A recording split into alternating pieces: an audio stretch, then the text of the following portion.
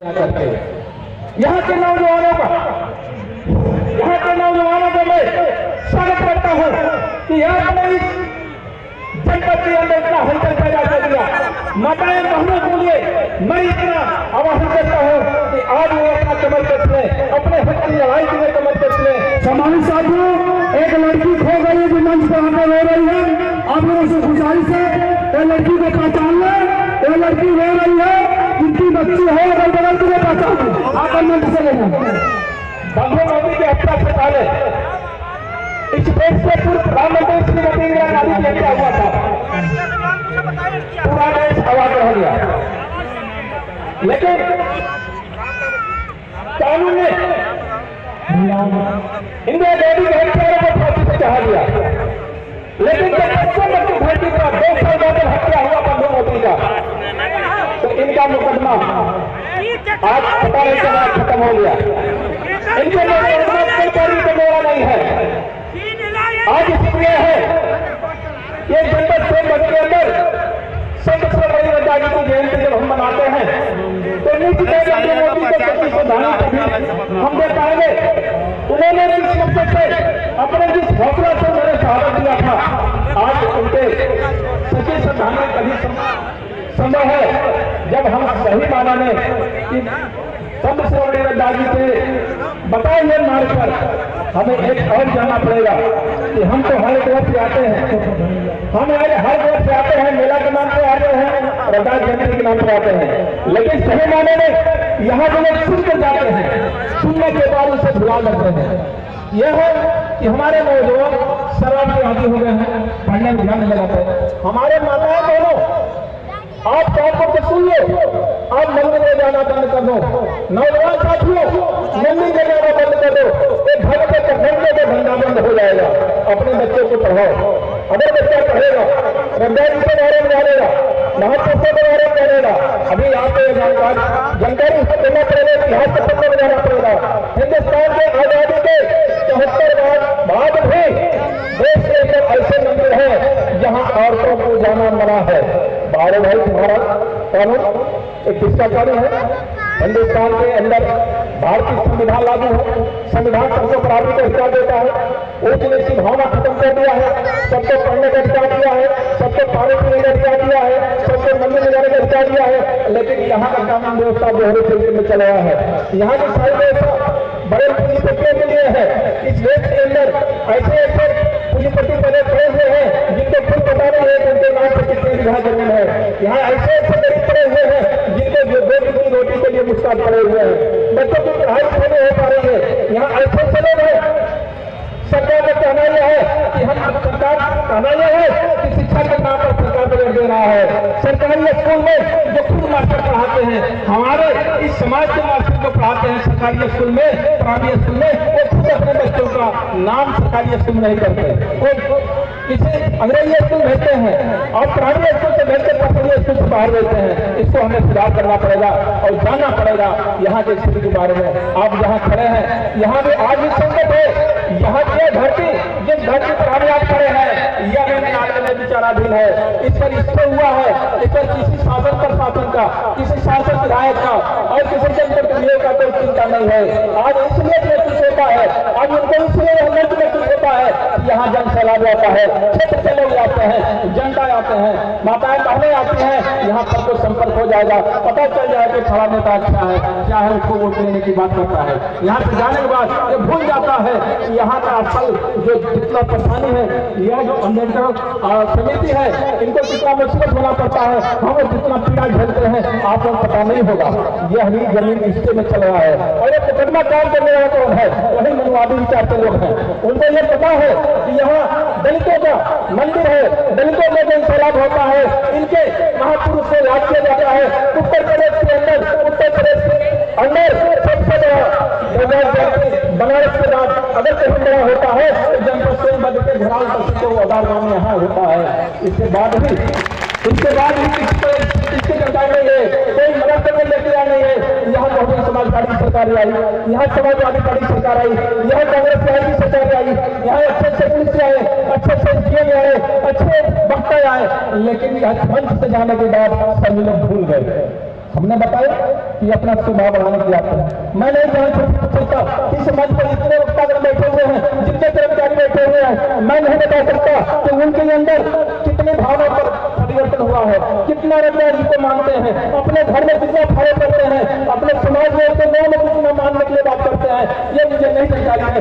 लेकिन मैं कहना चाहता हूँ, आह्वान करना चाहता हूँ, अगर आप समझ कर आए हैं, सही माने में रविदास को जानते हैं और सही माने में आदर को और सच्ची श्रद्धांजलि देना चाहते हैं, तो यहाँ से जाने के बाद जो विचार रविदास जी का है उसको जमीन पर अपने घर से शुरू करें, जमीन पर आए। मैं पूछना चाहता हूँ माता बहनों से, मैं सभी नौजवान साथियों से पूछना चाहता हूँ, इस सारे ज्ञान सलाम से पूछना चाहता हूँ, यह बताओ ये भी बरसात आ जाएगा, आषाढ़ आ जाएगा तो बोल बम डाक बम का होने जाता है। कौन जाता है डाक बम लेकर के? कोई ब्राह्मण वर्ग का परिवार जाता है, कोई ब्राह्मण की औरत जाती है, कोई छत्री ठाकुर की औरत जाती है, और कोई डीएम का औरत जाता है, कोई डीएम का लड़का जाता है। इसी से जाते हैं ना, आप ही जाते हो ना, कर्जा काट करके डाक बम बोल बम का कपड़ा खरीदवाते हो, घर में भी व्यवस्था कर लेते हो, लड़का बीमार है मन्नत देते हो कि हम पानी चढ़ाएंगे, जल चढ़ाएंगे, डाक बम में जाएंगे तो मेरा गरीबी दूर हो जाएगा। अगर गरीबी दूर होता, अगर गरीबी दूर होता तो भारत के अंदर भारतीय संविधान से लागू होता। अगर गरीबी मंदिर में पूजा करने से दूर होता, मंदिर में पूजा करने से नौकरी मिल जाता, तो पढ़ने के लिए स्कूल की क्या जरूरत थी? बड़े बड़े उच्च शिक्षण संस्थान चल रहे हैं। आज आपको जानना पड़ेगा, हिंदुस्तान के अंदर भारतीय संविधान ने आजादी तो दिया है, लेकिन इसको चलाने वाला सही मायने में वहां पहुंचना चाहिए। हम आज पीछे भाग रहे हैं, हम ये नहीं सोच रहे हैं आजादी हमें कितने प्रसाद मिला है। अरे इस हिंदुस्तान को आजादी दिलाने के लिए 13,600 से ऊपर नौजवानों ने अपनी जान की कुर्बानी दिया है। इस देश को आजादी दिलाने के लिए न जाने कितने मकान है अपने देश खाली कर दिया है। हमारी क्या कितने बहनों ने अपना सिर दे दिया है, हंसते हंसते अपने पति को दे दिया है कि जाओ इस देश से सुरक्षा करो, और हंसते हंसते फांसी के फंदे को छू लिया है। जो हमें आपको आजादी मिली है, एक दुनिया का आजादी नहीं है। हमने बताया था कि उस समय, आज हम लोकतंत्र की बात करते हैं, आज हम धर्मनिरपेक्ष की बात करते हैं, आज हम धर्म की बात करते हैं। उत्तर प्रदेश के अंदर, पूरे भारत के अंदर, बिहार के अंदर यह हलचल मचा हुआ है कि रामायण पर चर्चा हो रहा है, रामायण के पात्रों पर चर्चा हो रहा है, उसमें जो रंजित है वो भावना पर चर्चा हो रहा है। लेकिन आप हमको एक चीज बता दो कि सही माना में जब हमें आजादी नहीं मिली थी, हम अंग्रेजों के गुलाम थे, उससे पहले मुसलमानों का शासन था, उससे पहले राजाओं का शासन था। सन 1545 से लेकर 1545 87 बीच में रविदास जी की जब तक हत्या नहीं हुई, उसमें रविदास जी ने हिंदुस्तान के अंदर हिंदी का असली मूल रूप दिलवाया था। उस समय 1586 से लेकर 87 के बीच में उसमें दिलवाया था, और सही माने में असली हिंदू का उन्होंने भाषा बताया था। उन्होंने ये नहीं कहा था ये राम हमारे भगवान है, जो राजा दशरथ के लड़के हैं वो हमारे भगवान नहीं है, असली भगवान तो तुम्हारे दिल में है। आपको ये भी जानकारी करना पड़ेगा। आपने सुना होगा कि संत रविदास जी ने जिन्होंने करेगा चीज कर दिखाया था।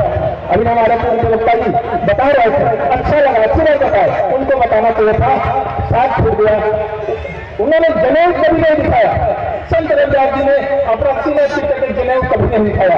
ये तो हमें यहाँ पे गुमराह करने के लिए उनके हत्यारों ने बताया, उनके हत्यारों ने बताया कि रविदास जी ने जनेऊ सीना फाड़ कर नहीं दिखाया था। सही माने चित्तौड़ के अंदर उनकी हत्या कर दी गई थी। वहां की रानी झाराबाई ने बनाया था तो उनकी पूजा करने के लिए, और चेला बहुत से रानियों, बहुत से रानी महिलाओं ने उनके शिष्य बने। उससे भयभीत होकर के उन्होंने समझाया कि देश के अंदर कोई जात नहीं है, कोई जाति नहीं है, मनुष्य एक समान है, मानव एक समान है। यहाँ जान तो जंगल में होता है, लकड़ों में होता है, जानवरों में होता है, इंसान में कोई जात नहीं होता है। इससे घृणा पैदा करके वहां के मनवादियों ने, वहां के जमींदारों ने रविदास जी की गर्दन का हत्या किया, और हमें आपको बताने के लिए उनके लाश तक का ठिकाना नहीं किया। आज प्रधानमंत्री, माननीय देश के प्रधानमंत्री जो धर्म के रक्षा करने वाले हैं, जो कहते हैं सही माने में देश को असली तो हम संचालन कर रहे हैं। अब सन 1914 से लेकर आज के बीच में देश के अंदर सही कानून दिखाई दे रहे हैं। मैं ऐसे कानून चलाने वाले प्रधानमंत्री को कहना चाहता हूँ, ऐसे मुख्यमंत्री योगी को कहना चाहता हूँ कि आप संत रविदास जी के जो मौत हुआ है उसका आप जांच करवा लो, सही जानकारी उनको दो, देश के सामने उनकी यह सच्चाई आनी चाहिए कि संत शिरोमणि का मौत अपने से हुआ है या इनकी हत्या की गई है, हत्या करने वाले कौन है, उसका जिम्मेदारी कौन लेगा। इसे आपको हमको कमर कसना पड़ेगा, जन आंदोलन करना पड़ेगा, रोड पर जाना पड़ेगा, जेल भरना पड़ेगा, तब जाकर के आपकी मनोकामना पूरा हो सकती है। दूसरी चीज, हमें आपके भारत के अंदर समानता का एक नए आने का कारण एक और है कि यहाँ का गरीबी अशिक्षा जो है यह तभी दूर हो पाएगा।